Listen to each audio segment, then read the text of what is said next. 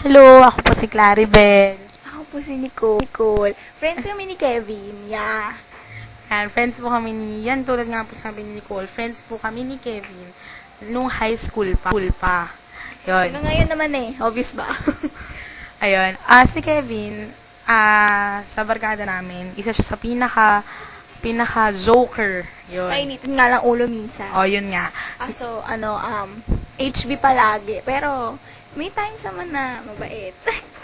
Mag-game go. Minsan, HB. Yung HB, ayan, High blood. mga terms sa amin, high blood, ganyan. Mga touch. Tapos, Kevin, nung high school, siya yung laging, kumbaga, pag yung tambayan namin, pag nasa sa bahay. Pugabahay nila. Tambayan namin. Yun. Yan, lagi na, every after class, dun kami nakatambay. After, ng klase, baga, tambay kami sa kanila.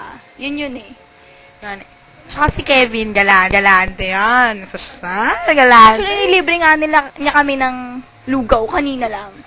Lugaw na 15 pesos. Tsaka, sakto. Yan. Yan.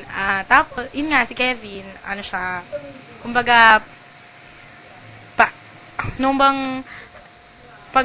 kunyari, magkakasama kami, tapos, siya yung yung pinakahuling uuwi, kasi, siya, maraming hinahatid, okay? So, yun. So, yun lang. Bye-bye!